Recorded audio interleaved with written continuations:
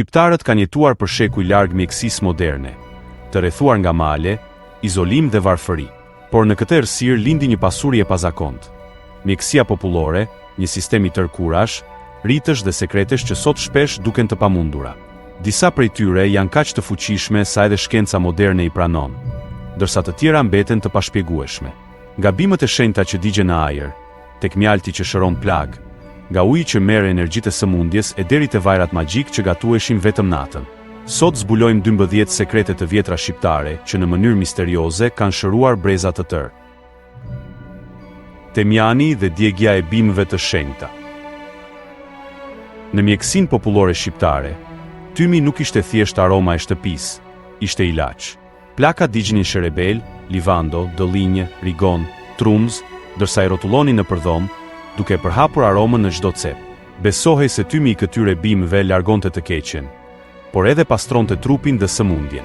Në disa zona, temjani përdorej për grip, koll, sëmundje nervore, madje edhe për frikën tek fëmijët. Në një ritual të lashtë, pacienti ulej pra një ene ku digjej bim, dhe tymi i ngrohtë i hapej në fytyrë për t'i pastruar rrugët e frymëmarrjes. Sot, shkenca moderne ka konfirmuar se shumë prej këtyre bimëve kanë veti antibakteriale, antiseptike dhe qetësuese, duke provuar se plakat e vjetra dinin më shumë se sa dukej. Ajo që për ta ishte rit, sot është mjekësi e pastër. Lëngu i kajës dhe raki shtëpie si antiseptik natyral. Para se të ekzistonin spitalet, shqiptarët kishin dy antiseptik të fuqishëm: kajën, rëshira dhe rakin. Lëngu i kajës, një material rëshire që nxirrej nga pema, përdorej për plagë të thella. Vendosej direkt mbi prerje dhe besohej se parandalonte infeksionet. Djegja e lehtë që shkaktonte shihej si shenjë se po punonte. Raki shtëpie, veçanërisht ajo e rrushit, përdorej si dezinfektues për çdo lloj plagë. Prerje, djegje, madje edhe dhimbje dhëmbi. Në veri, plagët shpëlaeshin me raki dhe mbështilleshin me barishte, një metodë primitive por shpesh efektive. Sot dihet se rakia e fortë ka veti antibakteriale fal alkoolit të lartë, ndërsa kaja krijon një shtresë mbrojtëse natyrale. Mjekët modern shpesh habiten se si njerëzit mbjetonin pa antibiotik, por në fakt, natyra shqiptare kishte antibiotikët e vet. Leshi i djegur për heqjen e syrit të keq. Ky është një nga ritët më të çuditshëm të mjekësisë popullore shqiptare. Ku një fëmijë bëhej i sëmur pa shkak, lodhje, të vjella, ethe, çarje të pashpjegueshme, plakat përdornin djegjen e leshit të deles. Merrnin një tufë të vogël leshi, e ndiznin mbi zjarr dhe kalonin tymnajn rreth fëmijës, shpesh duke shqiptuar një lutje të pakuptueshme. Besohej se tymi i leshit thithte energjinë e keqe dhe ja kthente trupit balancën. Leshi i djegur përdorej edhe të rriturit për dhimbje koke ose lodhje ekstreme. Shkenca moderne nuk e shpjegon dot fenomenin, por disa studiues mendojnë se aroma e fortë dhe rituali qetësonte psikikën, duke ulur stresin dhe duke rikthyer ritmin e trupit. Për shqiptarët e vjetër, ky ishte një nga metodat më të sigurta për heqjen e syrit. Mjalt dhe hiri i shenjtë për shërimin e plagëve. Një recetë e lashtë që sot tingëllon primitive, por ka efekt të jashtëzakonshëm. Plakat përzinin mjalt të trash me hirin e drurit të bekuar, zakonisht nga pema e ullirit ose nga zjarri i pashkëve. Kjo përzierje vendosej mbi plag, djegje, gërvishtje dhe infeksione të ndryshme. Mjalti vepronte si antibiotik natyral, duke penguar shumimin e baktereve, ndërsa hiri krijonte një shtresë tharëse që mbronte plagën nga infeksioni. Shumë njerëz rrëfejnë se plagët shëroheshin 2 herë më shpejt. Sot është provuar se mjalti ka veti antibakteriale dhe rigjeneruese, ndërsa hiri neutralizon aciditetin dhe tharjen e plagës. Çfarë për fshatarët ishte riti i shenjtë, për mjekësinë moderne është praktik që ka bazë shkencore. Kjo kur ishte një kombinim i besimit dhe kimisë natyrore. Guri i nxehtë mbi bark. Një nga trajtimet më të përhapura në Shqipërinë e vjetër ishte vendosja e gurit të nxehtë mbi bark për dhimbje stomaku, gazra, ngërçe dhe probleme të fëmijëve. Guri përzgjidhej me kujdes, i rumbullakët, jo shumë poroz, dhe i mbajtur mbi zjarr deri në nxehtësi të tolerueshme. Më pas mbështillej me një copë të hollë dhe vendosej mbi bark derisa të ftohej. Besohej se guri i thithte dhimbjen. Në realitet, nxehtësia relaksonte muskujt e barkut, rregullonte qarkullimin e gjakut dhe ulte spazma. Në disa zona, gurve u atribuohej edhe fuqi magjike. Disa familje kishin ngushërues që ruhej me kujdes dhe nuk i jepej askujt. Sot mjekësia e pranon terapinë e nxehtësisë si metodë efektive, dhe shqiptarët e përdornin shumë kohë para saj. Bari i plakut, recetat e humbura për sëmundjet e rënda. Bari i plakut ishte një recetë që pak njerëz e dinin. Nuk ishte një bimë vetme, por përzierje sekrete me 5 deri 7 bimë shëruese.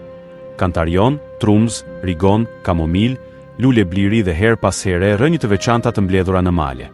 Ky çaj i fortë përdorej për bronkit, pneumoni, infeksione të rënda, lodhje kronike, madje edhe probleme të zemrës. Çdo plak apo mjek popullor kishte formulën e tij, dhe nuk e tregonte kurrë hapur. Thuhej se recetat e mira vdisnin bashkë me plakun. Sot shumë nga këto receta janë zhdukur, por dihet se kombinimi i bimëve aromatike ka efekte anti-inflamatore dhe shëruese. Ajo që dikur konsiderohej magji, sot shihet si ekspertizë botanike e jashtëzakonshme. Avulli i ujit me barishte për problem me frymarrjen.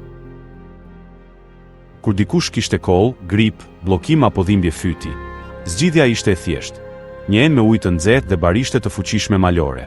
Zakonisht përdoreshin trumza, rozmarina, dafin ose sherebel. Pacienti përkulej mbi enë, mbulonte kokën me një batanie dhe thithte avullin për disa minuta. Ndjesia ishte e fuqishme, shpesh e djegur në fyt, por pas pak minutash, rrugët e frymarrjes hapeshin. Sot, mjekët moderne quajnë këtë terapi me avull, një metodë efektive për sinusitet, grip dhe alergji. Shqiptarët e kishin zbuluar shumë kohë para shkencës. Për ta, terapia ishte jo vetëm fizike, por edhe shpirtërore. Avulli besohej se dëbonte edhe frymën e keqe që rëndonte gjoksin. Riti i marrjes së ftohtit me peshqir të ngrohtë. Një nga kurat më të çuditshme shqiptare ishte marrja e ftohtit. Besohej se shumë sëmundje vinin nga ftohja që ngjitet në trup. Zgjidhja ishte vendosja e peshqirëve të ngrohtë në qafë, gjoks, shpinë dhe këmbë. Plakat ngrohnin peshqirin në ujë të nxehtë ose mbi sobë dhe aplikonin disa herë rresht derisa trupi të fillonte të djersinte. Djersitja konsiderohej shenjë e mirë. Trupi po nxirrte jashtë ftohjen. Për gripin dhe bronkitin, kjo metodë ishte shpëtimtare. Sot dihet se nxehtësia rrit qarkullimin e gjakut dhe relakson muskujt e ngurtësuar, duke ulur dhimbjet dhe inflamacionin.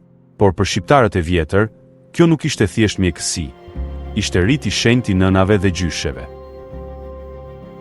Bima e shënmërisë, ilaçi i artë i shqiptarëve. Hypericum, ose siç quhej popullorja bima e shënmërisë, ishte një nga bimët më të shenjta në mjekësinë popullore. Gratë e mblidhnin vetëm në ditë të caktuara të vitit, shpesh në festë të shënmërisë, dhe e thanin në hije për ta ruajtur gjatë dimrit. Përdorej për plag, djegje, infeksione të lëkurës, dhimbje muskulore dhe qetësim nervor. Vajrat e kësaj bime, të përgatitur me rënje dhe lule të çmuara, shiheshin si ilaç magjik.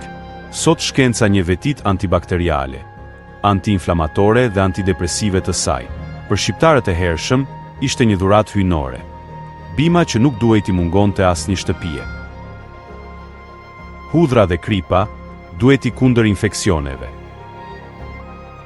Hudhra, një nga bimët më të vjetra shëruese në botë, ka pasur rol të veçantë te shqiptarët. E shtypur me krip të trash, përdorej për plagë të qelbëzuara, infeksione të gojës, dhimbje fyti dhe madje edhe për pastrim të gjakut. Në disa zona, kjo përzierje vendosej mbi plagë për natën e tërë. Djegja e fortë konsiderohej pjesë e procesit. Sot dihet se hudhra ka veti të fuqishme antibakteriale dhe antivirale, ndërsa kripa dezinfekton dhe thith lagështin. Në jug, përzierja përdorej edhe për të shëruar pickimet e insekteve.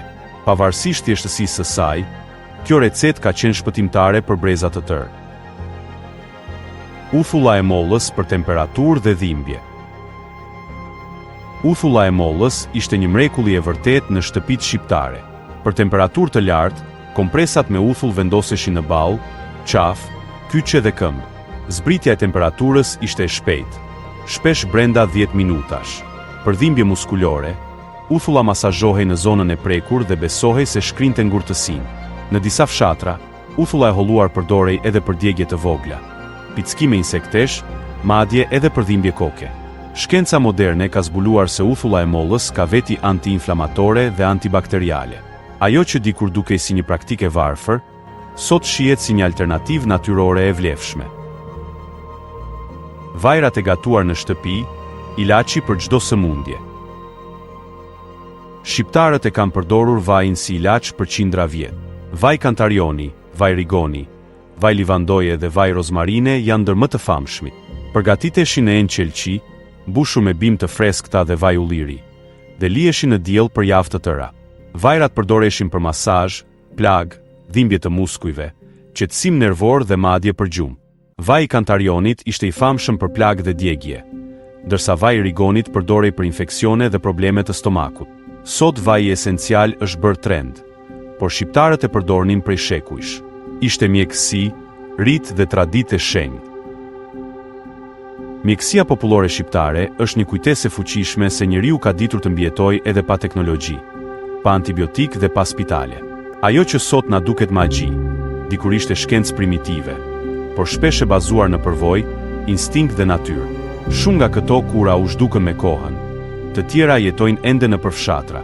Disa u vërtetuan nga shkenca, të tjera mbeten mister, por një gjë është e sigurt: paraardhësit ta njihnin sekrete që ne ende nuk i kuptojmë plotësisht. Mos harroni të abonoheni në Fakte Morbid për më shumë histori të errta dhe mistere shqiptare.